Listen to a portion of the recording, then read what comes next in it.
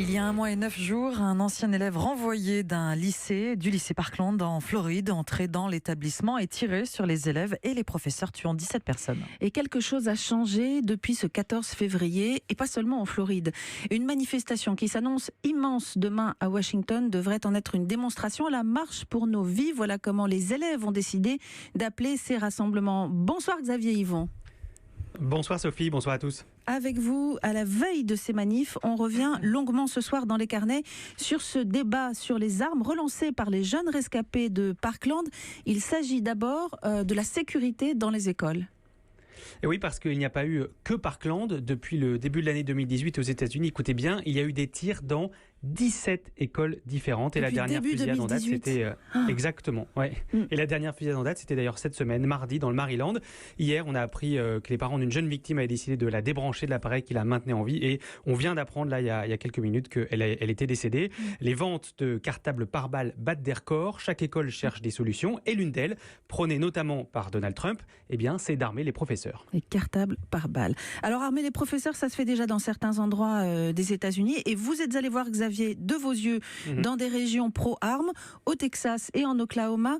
La sécurité des élèves, c'est vraiment une obsession et tous les moyens sont bons. Des bunkers dans les classes, des profs armés. On écoute votre reportage, Xavier, et on peut aussi le regarder sur le live vidéo d'Europe1.fr puisque vous l'avez nourri de nombreuses photos et vidéos. Regardez, amis auditeurs, et ouvrez bien vos oreilles. On a parfois du mal à croire ce qu'on entend. Au beau milieu de la cour de récré, une grande pompe hydraulique fait des mouvements de balancier. C'est un puits de pétrole, comme il y en a partout dans cette partie de l'Oklahoma. Mais ce n'est pas ça qui fait la fierté du superintendant de l'école de Hilton. Terry Shaw nous emmène dans la salle de classe des CE1. Des petites tables, des petites chaises, un tableau et une sorte de cockpit de fusée qui occupe tout un coin de la salle. C'est un abri anti-tornade et anti-balles, tout en métal. En temps normal, il sert de coin lecture, mais en 30 secondes, si besoin, toute la classe peut s'y réfugier. Démonstration, Terry Shaw nous enferme derrière une porte digne d'un coffre-fort de banque, comme il dit. Le superintendant a tenu à tester lui-même la solidité de ces abris avant de les installer dans son école. Je me suis porté volontaire pour m'enfermer dans l'abri pendant qu'il tirait avec des fusils d'assaut AR-15, des 9 mm, tous les types d'armes utilisées dans les fusillades dans les écoles. J'entendais juste comme des pétards dans une boîte de conserve. Je ne pouvais même pas vraiment deviner où les balles étaient tirées. Je me sentais vraiment en sécurité. Pour s'offrir ces bunkers pour écoliers, l'établissement de Terry Shaw a dû emprunter de l'argent, $100 000. Son voisin et ami, le principal du lycée de Wilson, à 10 minutes de là, n'a pas les moyens, lui, d'acheter ces abris. Alors Gary Labesse vient à l'école avec son pistolet. C'est un Glock chargé avec 12 balles. Je préviens mes élèves, explique-t-il. Si tu viens avec une arme et que tu tires sur tes camarades, je vais te tirer dessus, sans hésiter. L'école de Gary est l'une des rares à armer ses employés en Oklahoma. La législation y est encore contraignante. Mais chez les voisins du Texas, de l'autre côté de la rivière, la loi est beaucoup plus simple. C'est presque devenu la norme. Pour aller voir, il faut faire 2 heures de route à travers les plaines. On croise des vaches noires et des pompes à pétrole qui ressemblent à d'immenses marteaux en train de se balancer. Nous voilà dans le petit hameau de Holiday. Ici, l'école est une forteresse. Il faut un badge pour ouvrir les portes. Il y a des caméras partout. Et bien sûr, des professeurs armés. On les forme, on les entraîne, ils passent des tests psychologiques comme pour les policiers, explique Kevin Dias, le directeur de cet établissement d'1 millier d'élèves. Ce matin-là, en réunion, on évoque justement le prochain exercice de confinement en cas d'attaque. Et les détails font froid dans le dos. Nous nous entraînons surtout à défendre une position. Vous pouvez être le héros et essayer d'avoir le tireur et mourir. Ou vous pouvez prendre une position et l'empêcher d'accéder à plus d'élèves. Donc notre entraînement, c'est surtout pour limiter les pertes. Et c'est vraiment perturbant de penser à ça. Mais dans nos réunions, nous parlons de limiter les dégâts, de perdre 1 ou 2 élèves, et pas 20 ou 30. Armer les employés de l'école, ce n'est donc pas la solution miracle, explique Kevin Dias, mais il préfère se dire qu'il aura tout fait pour protéger ses élèves. La boîte de Pandore est ouverte. Même si le gouvernement fédéral décide aujourd'hui des contrôles plus stricts sur les armes. S'il commence à retirer les fusils d'assaut militaires et les chargeurs de grande capacité, combien de temps ça va prendre? Est-ce que ça va marcher? Dans ma position de dirigeant d'une école, je dois accepter la réalité. Il y a un nombre monumental d'armes aux États-Unis et beaucoup de gens y ont accès. Les élèves, eux, se sentent rassurés. Diego, qui est en terminale, dit comprendre les lycéens de Parkland, mais il n'ira pas marcher avec eux à Washington, car, dit-il, les armes sauvent des vies. Même conviction chez les parents à l'heure de la sortie des classes. Pour Brandy et Jenna, deux mamans texanes, l'équation est simple. Plus d'armes à feu égale plus de sécurité, et ce, dès le plus jeune âge. C'est merveilleux, ils devraient même tous porter une arme. Je veux qu'ils puissent répliquer contre un tireur pour protéger mes bébés. On ne doit pas pouvoir tirer les élèves comme des lapins. Chez moi, tout le monde a une arme. Mon fils de 6 ans peut porter une arme de poing tout seul. On lui a appris, mais bon, on ne l'envoie pas à l'école avec. Les deux mères de famille ne veulent pas entendre parler d'une limitation des armes, même pas des fusils d'assaut de type AR-15, le modèle utilisé par le tireur de Parkland. Moi, j'en ai 3 des AR-15, dit Jenna, et ça me sert pour tuer les sangliers qui attaquent notre bétail. Pour comprendre la mentalité de cette Amérique rurale, il faut aller parler avec David Swat. C'est lui le premier qui a armé ses employés dans sa minuscule école en bord de voie ferrée. C'était il y a 14 ans.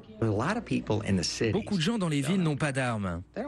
Ils en ont pas besoin. Nous, on en a besoin. On n'a pas de police ici, juste un shérif et 5 adjoints. Et ils sont au moins à 30 minutes de route. On a des serpents à sonnette, j'ai même dû tuer un chien une fois qui attaquait mon fils. On doit se débrouiller nous-mêmes ici. On fait en sorte que nos voitures soient toujours en bon état pour foncer aux urgences si besoin. Notre pays est basé sur cette idée. Chacun se prend en main. David Swat a aidé à rédiger la loi qui permet d'armer les profs au Texas. Près de 170 écoles ont suivi son modèle. Et depuis la fusillade de Parkland, le téléphone n'arrête pas de sonner des élus et des responsables scolaires de tout le pays. Mais la mobilisation des ados de Floride l'inquiète. Si l'on veut nous prendre nos armes, prévient-il, nous sommes prêts à nous battre. Dans le sud de l'Oklahoma et dans le nord du Texas, Xavier Yvon, Europe 1. Voilà, reportage chez ces Américains qui ne veulent pas être désarmés. Xavier, vous êtes toujours avec nous depuis New York, oui, où vous venez de rentrer. Ces paroles, ces situations, c'est délirant. Oui, mais il faut comprendre, comme on l'a entendu dans son dernier son, qu'on est dans cette partie de l'Amérique où on chérit la liberté et la responsabilité individuelle. On ne compte pas trop sur le gouvernement. Ouais. Mais tous ces gens que j'ai rencontrés, ils sont charmants, ils sont très posés, très conscients de leur mentalité. Et ils disent bien que c'est différent dans les grandes villes, qu'il n'y aura pas forcément là-bas besoin d'armer les profs. Mais c'est vrai que même ici à New York, la sécurité des écoles, c'est une préoccupation. Pour vous donner une expérience personnelle, ma fille fait régulièrement des exercices dans son école élémentaire où elle doit se cacher dans sa classe au cas où, lui dit-on, un méchant viendrait s'en prendre aux enfants. Ouais. Alors vous avez rencontré aussi, Xavier, ces jours-ci, ces jeunes qui, eux, veulent que ça change et que les armes ne rentrent plus dans les écoles, et on va en parler. Oui, cette génération Parkland qui est en route vers Washington avec comme slogan « Plus jamais ». On va les entendre dans les carnets du monde sur Europe 1 et regardez le live vidéo des images en plus du son sur europe1.fr. Europe 1. Personne n'échappe au talent de Nicolas Canteloup. Vous y croyez à cette grève, vous ? Mais bien sûr, on descend dans la rue. Bon, on n'est pas sûr de pouvoir la remonter ensuite. La revue de presse de Nicolas Canteloup, un incontournable d'Europe 1. J'en ai fait une de réforme, oui, mais elle n'a pas été appliquée, ça n'a servi à rien que dalle au Walou. Ne manquez pas Nicolas Canteloup. Tous les jours à 8h40 dans la matinale d'Europe 1 et en podcast sur europe1.fr. L'actu business, culture, sport, people. Avec l'application e-Press, lisez la presse quotidienne et les magazines sur votre tablette ou votre smartphone. Pour les abonnés Orange, profitez de plus de 300 titres en accès illimité avec e-Press inclus dans votre abonnement. Valable en France métropolitaine pour les clients Orange, hors offre Soch et Open Mini. Conditions et détails de l'offre sur e-Press.fr. Soit e-Press à 9,99€ par mois, avec une remise couplée offre et e-Press de 9,99€ par mois jusqu'au 4 avril 2018. Pour vous accompagner dans tous vos projets maison, Castorama développe des produits de qualité et vous les propose à prix bas toute l'année. Tenez, par exemple, la table de jardin Denia en acacia finition huilée, longueur 1,80 m, avec son allonge centrale qui la fait passer de 6 à 8 couverts en quelques secondes, est à seulement 179€ chez Casto. Et 179€ toute l'année. Ça donne envie de se lancer avec Castorama. Castorama, ensemble on peut tout faire. Acacia, origine Vietnam. Europe 1, les carnets du monde. Avec Sophie Larmoyer et suite des carnets aux États-Unis, un peu plus d'un mois après la tuerie du lycée de Parkland en Floride qui a fait 17 victimes. Quelque chose est-il en train de changer aux États-Unis malgré l'attachement des Américains à leur liberté d'être armés? Et on en parle avec Xavier Yvon, le correspondant d'Europe 1 en Amérique, qui est toujours en ligne avec nous, Xavier. Toujours. Voilà, alors cette question du contrôle des armes, elle est plus pertinente que jamais aujourd'hui. Et toutes ces dernières semaines, vous avez rencontré beaucoup de jeunes Américains à New York, au Texas, en Oklahoma et en Floride. Vous étiez à Parkland il y a quelques jours où l'émotion n'est pas retombée depuis mi-février. Oui, c'est vrai, c'est saisissant quand on arrive à l'école Stoneman Douglas, dans cette petite ville tout en verdure et en terrain de sport. Il faut longer les 17 mausolées improvisés, 17 croix et étoiles de David recouvertes de fleurs séchées, de peluches, de petits mots. Il y a des ballons en forme de cœur qui flottent au-dessus. Toutes les grilles d'enceinte sont recouvertes d'affiches avec ce slogan « Never again ». Plus jamais, c'est le nom du mouvement lancé par les lycéens de Parkland qui organisent donc la Grande Marche de demain. Alors c'est un mouvement qui a pris une ampleur incroyable. Comment tout ça a commencé ? C'est parti d'une réaction à chaud le soir de la tuerie devant l'école. Il y a les lumières de la police et puis il y a les caméras de toutes les télés. Un élève vient dire qu'il y en a assez des armes. Et puis une autre, ils sont 4, 5 et enfin une vingtaine à se retrouver un soir dans une chambre pour lancer leur mouvement. Ils définissent ensemble les arguments à utiliser, ils se répartissent les rôles. Léonore Munoz, par exemple, se charge des contacts avec les autres lycées de Floride. Et pour diffuser leur message, ils utilisent l'arme de leur génération, les réseaux sociaux sur Internet. On a dit, viens à la veillée demain. Il y a un rassemblement ici, là. Mettons le mot-clé « plus jamais » en tête des tendances sur Internet. On le poste tous ensemble à 15h précises. Nous savons nous servir des réseaux sociaux, nous sommes des ados, c'est notre truc. On n'est pas des flemmards antisociaux sur nos téléphones. En fait, on est justement plus sociaux parce que nous échangeons avec des gens dans tout le pays et les gens écoutent. Ça craint qu'il ait fallu tout ça pour qu'ils écoutent. Et ça marche, les élèves de Parkland sont invités partout, notamment leur tête d'affiche, Emma Gonzalez. Elle avait scotché le monde entier avec son discours anti-armes très fort quelques jours après le DAM, peut-être que vous en souvenez. Elle compte désormais plus de 1 million d'abonnés sur Twitter. C'est plus que la NRA, le lobby des armes à feu. Barack Obama leur a envoyé un petit mot d'encouragement manuscrit. George Clooney leur a donné $1,5 million pour organiser leur marche. Et il y a même des stars de Broadway qui se sont alliés pour leur composer un hymne qu'on entend juste derrière. Tomorrow there'll be more of us telling the story of tonight.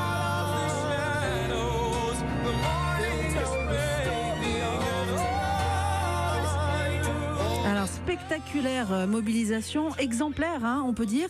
Qu'est-ce qui est différent cette fois? Pourquoi ces gamins-là précisément arrivent-ils à faire bouger les lignes, Xavier? Peut-être d'abord parce que ces ados-là étaient prêts pour mener un tel combat. Certains étaient déjà très engagés, notamment celle que vous avez entendue, Léonore Munoz, avec son amie Emma Gonzalez. Elle dirige l'alliance homo-hétéro du lycée. Et puis s'ils sont aussi bons à la télévision face à des pro-armes, c'est aussi parce qu'un de leurs professeurs les avait fait travailler cette année sur les arguments autour des armes à feu, avec même des débats organisés dans la classe. Alors comme le dit la maire de Parkland, Christine Ufchowski, ce sont les bonnes personnes au bon endroit, au bon moment. Je ne suis pas du tout surprise de voir ces élèves s'exprimer ainsi, parce que je connais les parents. On a élevé ces enfants en leur disant qu'ils avaient le droit de se faire entendre. Et c'est remarquable de voir que nos élèves de Parkland inspirent d'autres élèves à travers tout le pays. Et je pense qu'ils inspirent aussi beaucoup d'adultes. Des adultes qui pensaient que le changement était impossible et qui maintenant se mettent à y croire à nouveau. Alors face à ce rouleau compresseur, Xavier, on imagine que la NRA, le lobby des fabricants d'armes, n'attend pas passivement que ça se passe. Ils sont le principal adversaire de cette nouvelle génération.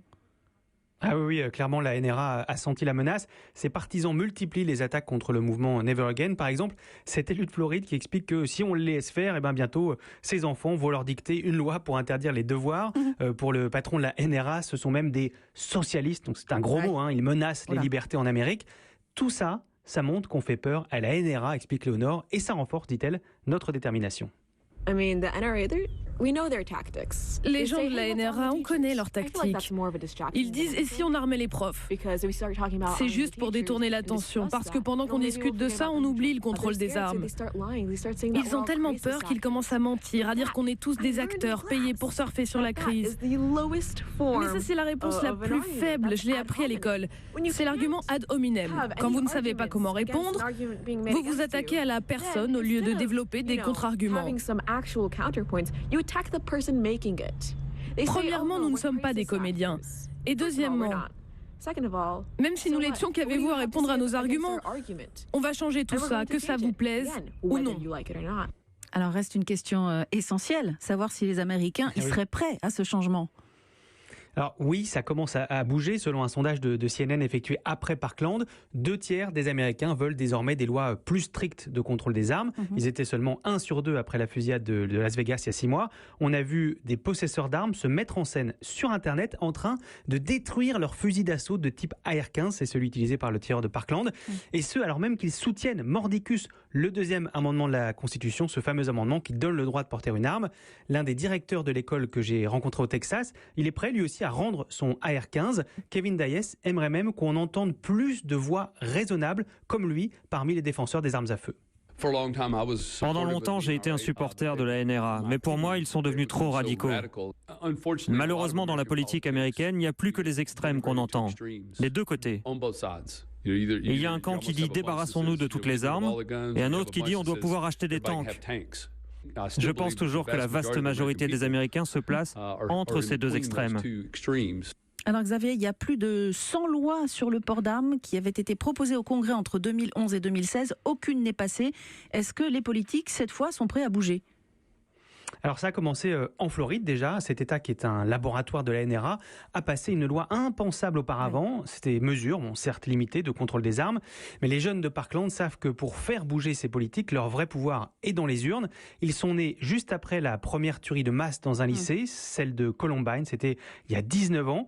Et donc comme Trevor, eh bien, ils arrivent tout juste en âge de voter.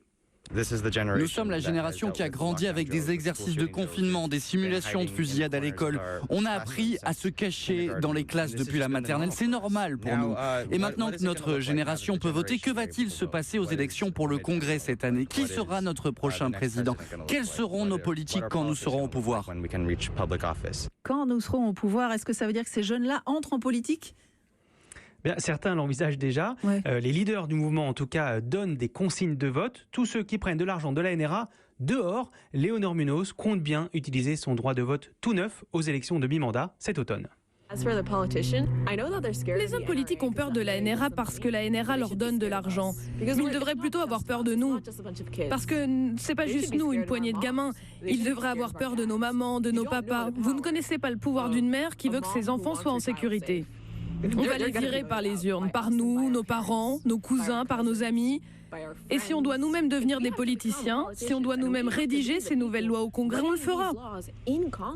On va gagner, ça ne fait aucun doute. Et des lycéens du New Jersey ont même signé une tribune dans le New York Times pour rappeler le poids de leur génération, de cette génération la plus nombreuse depuis celle du baby-boom. Et pour qu'elle pèse, cette génération, eh bien, tous les nouveaux majeurs sont appelés à s'inscrire sur les listes électorales. La génération Columbine veut devenir la génération Parkland, celle qui aura enfin réussi à changer l'Amérique des armes à feu.